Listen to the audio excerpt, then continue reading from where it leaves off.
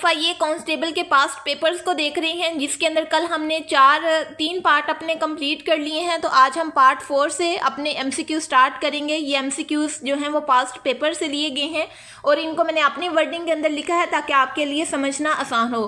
तो question number 16 है, कुरान मजीद की सबसे बड़ी सूरा कौन सी है? तो ये आपके पास ऑप्शंस हैं। ऑप्शन ए सूरा यासीन, ऑप्शन बी सूरा बकरा, ऑप्शन सी सूरा इखलास, ऑप्शन डी सूरा फातिहा। तो इनमें से आप अपना आंसर लॉक कर लें। अब मैं इसका जो करेक्ट आंसर है वो आपको बताती हूँ। तो करेक्ट आंसर है सूरा बकरा। ये कुरान पाक की सबसे बड़ी सूरा है जिसके अंदर 286 आयात हैं। इसके बाद नाज़रीन जो अगला पास्ट पेपर्स वाला MCQs है वो है ग़ज़वा बदर कब लड़ी गई? तो 17 वाला MCQs है। ये इसका आंसर आप लो कर ले, 1 हिजरी, 2 हिजरी, 3 हिजरी या फिर 5 हिजरी। तो इसका करेक्ट आंसर है 2 हिजरी।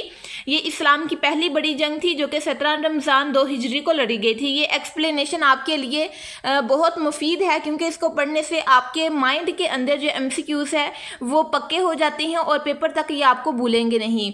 इसके बाद नाज़रीन जो 18 वाला MCQs है, फास्ट यानी जो रोज़ा है कब फ़र्ज हुआ?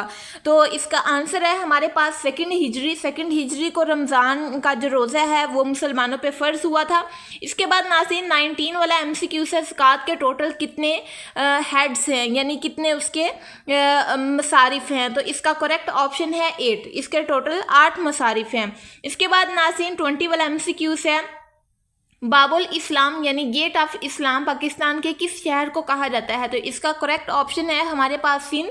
ये पाकिस्तान का जो सिंध है उसको गेट ऑफ इस्लाम यानी बाबुल इस्लाम भी कहा जाता है। नाज़रीन ये हमने 5 MCQs देख लिए इस्लामियात के। इसके बाद जो पार्ट 5 है हमारा उसके अंदर हम कंप्यूटर और IT से रिलेटेड MCQs देखेंगे जो कि पास्ट पेपर के अंदर काफ़ी रिपीट होते हैं। तो देखते हैं हम इनको। क्वेश्चन नंबर 21 है, MS वर्ड में सिलेक्ट आल की शॉर्टकट की क्या है? यानी जब हम सिलेक्ट आल करते हैं तो उसके लिए हमने कौन सी शॉर्टकट की इस्तेमाल करनी होती है? यानी यहाँ से लेके यहाँ तक आपके पास कोई ना कोई एक चीज़ लिखी हुई है, कोई डॉक्यूमेंट लिखा हुआ है। अगर आपने इस सारे को सिलेक्ट करना है तो आप क्या की इस्तेमाल करेंगे कि वो सिलेक्ट हो जाएगा? तो नाज़रीन इसका आंसर आप लॉक कर लें। मैं अब आपको इसका करेक्ट आंसर बताती हूँ। तो ऑप्शन बी इसका करेक्ट है। जब आपने कंट्रोल A लिखा, कंट्रोल A आपने दबा दिया तो वो सारे का सारा जो कंटेंट है या फिर टेक्स्ट है वो सिलेक्ट हो जाता है। इसके बाद नाज़रीन 22 वाला MCQs है, कंप्यूटर का ब्रेन किसे कहा जाता है? तो जो कंप्यूटर का ब्रेन है वो हम कहते हैं CPU को। ये आप लोगों को ऑलरेडी पता होगा कि जो CPU है यानी कि सेंट्रल प्रोसेसिंग यूनिट तमाम कैलकुलेशंस को और प्रोसेसिंग को कंट्रोल करता है और ये सारी की सारी जो चीज़ें हैं वो कंप्यूटर के ब्रेन यानी CPU के थ्रू होती हैं, वही सारी इंस्ट्रक्शंस देता है। इसके बाद नाज़रीन 23rd वाला MCQs है, MS एक्सेल में फार्मूला हमेशा किस निशान से शुरू होता है? तो ये जो MS एक्सेल शीट होती है आप लोगों को पता होगा इस तरह की शीट होती है। ये बिल्कुल इस तरह डिब्बे बने होती हैं। तो उसके अंदर जब आपने फार्मूला लिखना है तो सबसे पहले आपने क्या लगाना होता है? तो सबसे पहले आप इस इक्वल का साइन लगाते हैं। उसके अंदर कोई भी फार्मूला लिखना होता है तो कैलकुलेशन करने के लिए हम इस इक्वल का साइन पहले लगाते हैं, फिर बाद में फार्मूला हम लिखते हैं। इसके बाद नाज़रीन 24 वाला MCQs है, रैम स्टैंड फॉर। ये भी कंप्यूटर का बहुत ही बेसिक MCQs है। तो इसका आंसर जो है वो आप खुद लॉक कर लें। अब मैं आपको इसका करेक्ट आंसर बताती हूँ। करेक्ट आंसर है इसका बी वाला, यानी जो हमारे पास रैम है वो होता है रैंडम एक्सेस मेमोरी का एब्रीवेशन, यानी ये है इसका correct answer. RAM stand for random access memory, ये आप याद कर लीजिएगा। इसके बाद नाज़रीन 25 वाला MCQs है, MS power point new slide की शॉर्टकट की क्या है? यानी MS जो पावर पॉइंट है इसके अंदर अगर आपने न्यू स्लाइड खोलनी है तो आप कौन सी शॉर्टकट की दबाएंगे कि तो आपके पास न्यू स्लाइड निकल आएगी? तो आपने क्या करना है, Ctrl+M, इस कंट्रोल का एक बटन होता है और एक M का होता है, इन दोनों को जब आप मिलाएंगे, इन दोनों को जब आप प्रेस करेंगे पावर पॉइंट के अंदर तो आपके पास न्यू वाली स्लाइड आ जाएगी। नाज़रीन ये हमने जो आज देखे हैं MCQs, ये पार्ट 4, 5 और 6 है, जो आगे भी हम देखेंगे पार्ट 6 के। लेकिन जो हमने कल देखे हैं वो 3 पार्ट्स हैं जिनके अंदर पास्ट पेपर से लिए गए MCQs थे। उसका जो लिंक है मैं आपके इसी वीडियो के डिस्क्रिप्शन के अंदर दे दूँगी, तो आप उसको भी देख लीजिएगा। वो भी आपके लिए जो MCQs हैं वो बहुत इंपॉर्टेंट हैं। इसके बाद नाज़रीन हमने पार्ट 6 अपना देखना है, उसके अंदर बेसिक मैथ और एवरीडे साइंस के MCQs मैं आपको बताऊंगी। अब इसका ना मैं यहाँ पे आपको एक छोटी सी ट्रिक बताना चाहती हूँ कि ये जो FIA का पेपर होता है ना, ये जो है पेपर के ऊपर नहीं होता, यानी इसका क्वेश्चन पेपर रिलीज़ नहीं होता।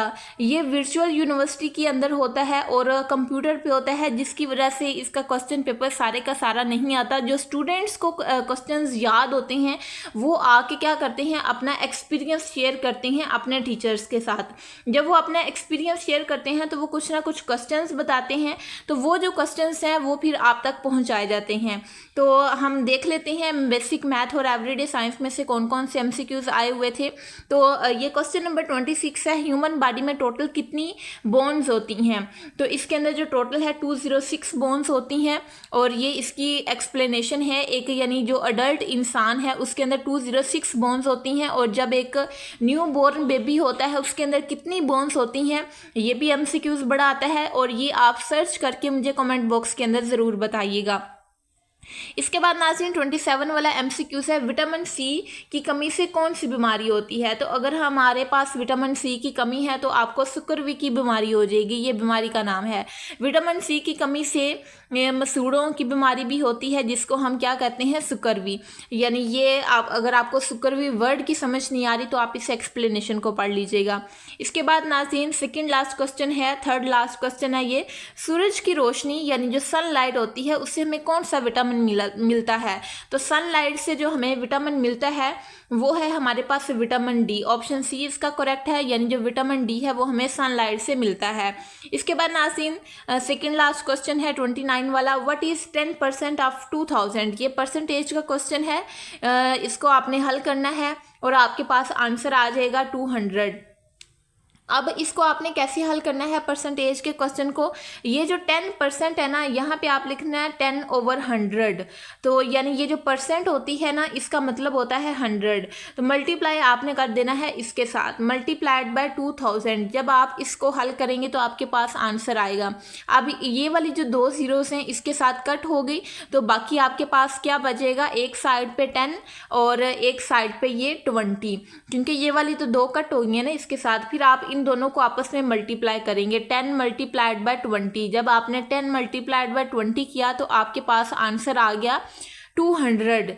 तो इस तरीके से आप इस तरीके का कोई भी क्वेश्चन आता है, व्हाट इज़ 10% ऑफ 2000, या फिर what is 3% of 50, what is 4% of 50, तो आप इस तरीके से इसको हल करके इसका आंसर निकाल सकते हैं। इसके बाद नाज़रीन 30 वाला और लास्ट वाला क्वेश्चन है हमारे पास, 1 4 9 16 next number in the series is.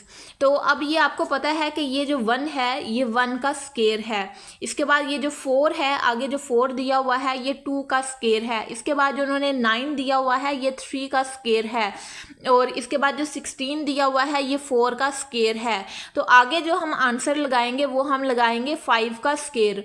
तो जब हमने 5 का स्केयर निकाला तो हमें पता चला कि वो तो 25 होता है, इसलिए इसका ये 25 आंसर करेक्ट है। नाज़रीन उम्मीद है कि ये जो पास्ट पेपर वाले MCQs हैं ये आपके लिए बहुत हेल्पफुल हुए होंगे।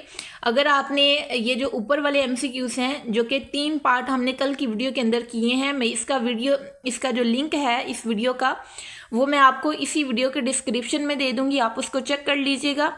तो मिलते हैं नेक्स्ट पास्ट पेपर वाली वीडियो में, तब तक के लिए अपना ख्याल रखिएगा। अल्लाह हाफिज़।